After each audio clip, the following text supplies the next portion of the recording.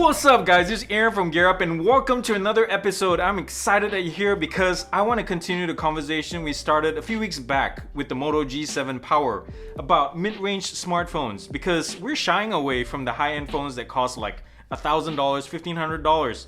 That's a ridiculous amount to pay for, and companies are realizing that, so they're trickling more technology and focusing a lot of their resources on the mid-rangers.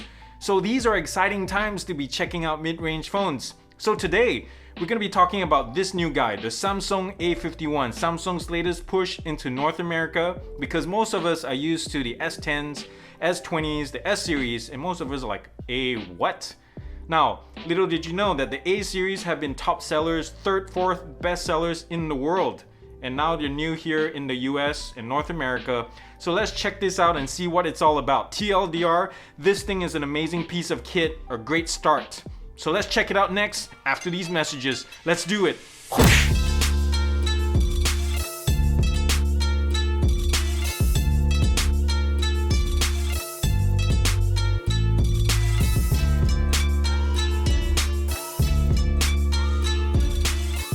Alright guys, here we have the Samsung A51 mid-range phone. It also came in this pretty mid-range box. I'm not going to show you much of it. It's just regular white rectangular stuff and with print on it. But inside you'll find documentation, USB-C cable, and also they provided this 15 watt quick charger, which is on the low end of quick chargers in general, and also on the large side, but it is a pretty generic Samsung charger that they always provide. Now here they also provide a wired earbud, which I would have preferred a transparent case or some kind of protective case over these, but I guess they wanted to promote the fact that they still have a 3.5mm headphone jack. Alright, let's move the box out of the way and check out the phone. Dominating the front of this phone is this glorious 6.5 inch almost borderless Super AMOLED screen that has resolution of 2480 by 1080p, which gives it a 16:9 ratio, thin candy bar style, movies without borders kind of thing. It has 405 ppi, so text is nice and sharp. Now I have this powered off so I can show you the boot up sequence in a bit, because I find that booting up phones give you kind of a real world idea of how fast a phone is or not. And speaking of speed, this thing runs on an Exynos 9611 octa-core chip, and I'm not sure if this is rootable at the end of the day because Exynos chips are usually not. In terms of RAM, this has 4GB, and storage, it has a generous 128 gigabytes of storage. Usually for $280 you don't get that. Even the Pixel 3a only has 64, so that's pretty impressive. This has a 4000 milliamp hour battery, which gave me in real world practice about a day and a half of usage. It doesn't have 5G though, so it's not future proof in that sense. It does have an under screen fingerprint, optical fingerprint sensor right about here under that Gorilla Glass 3.0. It's surrounded by polycarbonate frame and body as well, and let's look at the back in fact. Wow, look at this thing. The color really pops. I think this is coral blue, but it does look metallic, doesn't it? But it is plastic. It's polycarbonate at the end of the day, but it looks so good. It also, as you can see, there's a battery of cameras right out here. At the top is your depth sensor, 5 megapixel, and then your main camera, which is a 48 megapixel primary, which is f2.0, and then a 12 megapixel ultra wide angle f2.2, and then a 5 megapixel macro f2.4. And then we'll find out later on how well they perform. I also don't want to forget that the front camera is a punch hole design rather than a teardrop like the A50 previously, which is nicer and more discreet, and it is centered, which is great. This has no Qi charging, by the way. It's plastic, so unfortunately that's not an option. Turning the phone on its side, you can see how thin this thing is, nice and svelte. I love the design and profile of this, and if I run my finger over this, I can't feel the seam between the glass, the frame, and the side. It's just so well made. It's really nice. It's a pity that most users will slap a case on this thing, because if it were me, I'll just hold on to the back, put on a glass protector and call it a day, because this thing is such a thin profile to hold and is pretty grippy for a plastic backing that looks slippery. It's really nice to grip, really well, fits well in the hand. Now back to the side again, you see the camera bump, which protrudes about 1 millimeter away from the body, which you think when you lay it on its back on the table that it will rock a lot, but this is as much as you get, which is pretty impressive all by itself. So it's a little win for the camera bump in this case. Now back to the side, you'll see the volume rocker. I'm not sure you can see that well, and then the power button. They're kind of recessed in the body, so it's hard to feel, and probably made much worse if you put a case on it. It's not textured in any way, but at least they're easy to press. Now on the flip side, you get a SIM card slot which holds 2 SIM cards, 2, besides the micro SD card. So it's not bad for mid-range phones, guys. The top of the phone is pretty plain except for the microphone right there, mirrored down below as well, next to a USB-C charging port and a nice to see 3.5mm headphone jack. Not nice to see is this, a downward firing single speaker that's easily blocked by your palm. Not really great for media consumption in that case, really. So anyways, alright guys, let's power this up now and see how fast this goes from completely off to the lock screen.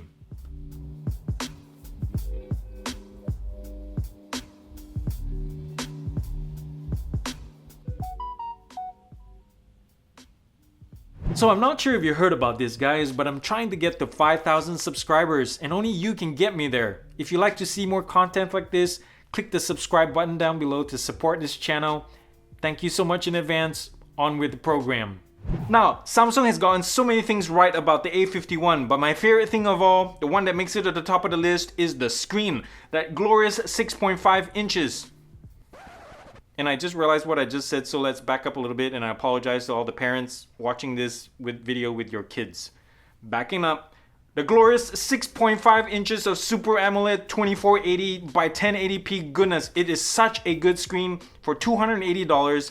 You can't get a screen better than this. It is such good quality. Samsung didn't skimp on this because they knew this is the user front-to interface. So I'm glad they didn't skimp on this. It is so good. Text is amazingly sharp. Blacks are solid as it should be because it's AMOLED. Wow. Every time I turn this on, I go like, dang, whoa, it's so good. Because it is that good. Another area where this excels, where you don't feel like you've cheaped out, is the aesthetics and build quality. Everything feels well put together. There are no seams at all, as I mentioned earlier, and it just looks modern because they mimic the S20 and the S20 Pro, the modern older brothers. Unlike, say, the iPhone SE that just came out that just looks antique right off the bat. This thing, you're not going to be shy carrying this around. Another part that I really love is this coloring in the back. They look metallic, regardless of whether you get it in blue or black or anything. This just looks amazing how the light bounces off it. It's barely a fingerprint magnet. It just looks amazing. But what I don't like is Samsung has a term for this, and it's called, hold on to your pants, glass stick. This being the new decade, everyone expects multiple cameras in their smartphones, and Samsung is glad to oblige you. There's 4 in the back, 1 primary sensor, and then there's one that handles depth sensing, another one handles ultra wide angles, which is my favorite one of all, and then another handles macro, which is my least favorite because it's not very effective. And then on the front, there's a 32 megapixel selfie camera centered in the middle, which is my favorite placement of all. Now, they're not all really good in low light. They generally just don't perform as well as, say, the Pixel 3a, but at least you got options, and that's what I like. It's good to see this in a mid-range phone. Options. Later in this video, we're definitely going to compare the photo and video quality of this guy and compare it with my flagship from 2017, the Pixel 2 XL, to see if megapixel wins or algorithm. We'll find out later. Stay tuned. And oh yes, this thing is rated at IP68 water resistance, so you can take your phone call in the shower or have your son throw a bucket of water at you and be totally fine with it.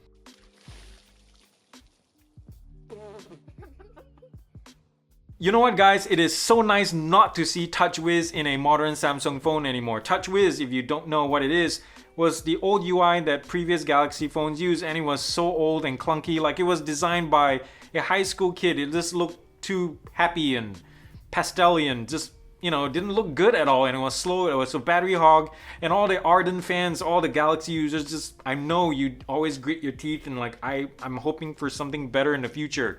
So now Samsung uses in the A51 what they call One UI 2.0, which is based off Android 10.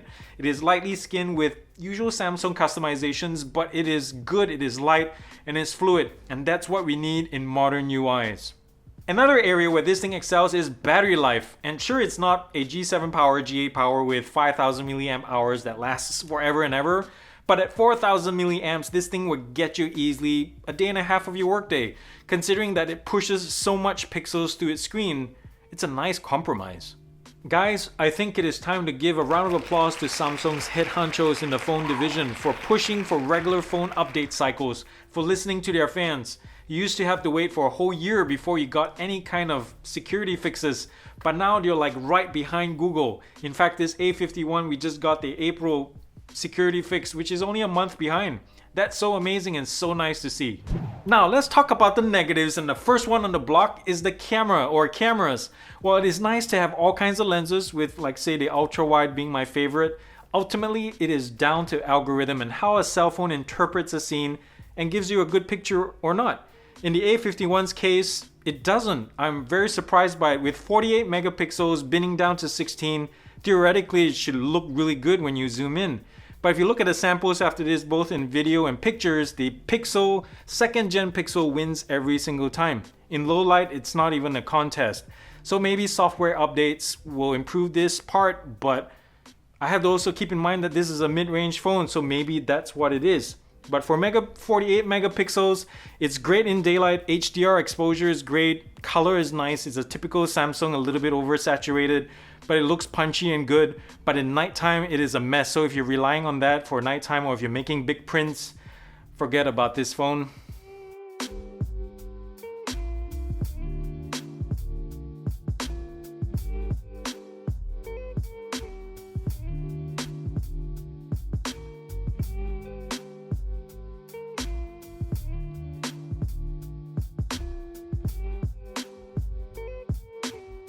Now, the next negative also has to do with tapering your expectations. This is a mid-range phone with a mid-range chip, so even with a lightweight UI like One UI 2.0, it's sluggish from time to time, so bear that in mind.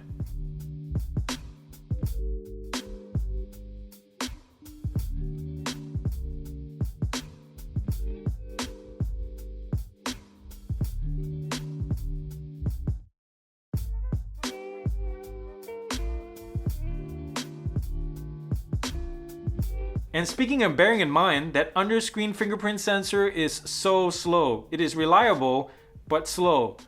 So bear that in mind.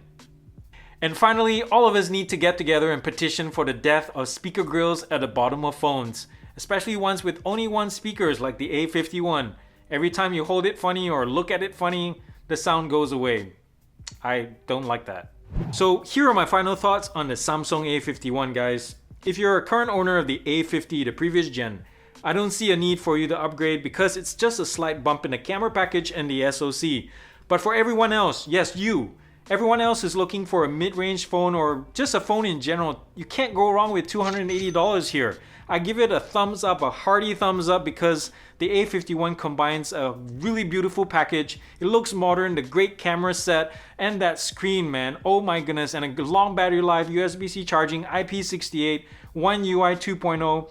Everything is great about this. This should be at the top of your shopping list. So I highly recommend this. Good job, Samsung. Good job. So that's all I got, guys. I hope you enjoyed watching this as much as I enjoyed making it. And if you haven't heard, I'm trying to reach 5,000 subscribers, and I believe you can get me there. So consider subscribing down below, mash and kill that button, and tell your friends and family about it and get me to that 5,000 mark. And remember, the thumbs up if you like this video too, and comment down below responsibly. And thumbs down. Thumbs down to all those YouTubers who make their videos look like they're shot in a dungeon with dim blue lighting and barely a window inside. If you don't know what I'm talking about, let's do this. Let's lower the exposure here. And this is what most YouTubers look like nowadays, all dark, barely anything. It gives us a false sense of urgency and emergency. So thumbs down to you YouTubers, and make us think like, you know, there's a kidnapper who kidnapped you and locked you in the basement and only feeds you products to review to buy your escape or something. So thumbs down to that practice. Let's bump this back up a little bit. See, this is normal, guys. But anyways, that's all I got. Thank you so much for watching and being here. But remember to do something nice for somebody, show some love, and I'll see you in the next episode. I love you guys, and God bless. Peace out. Whoosh.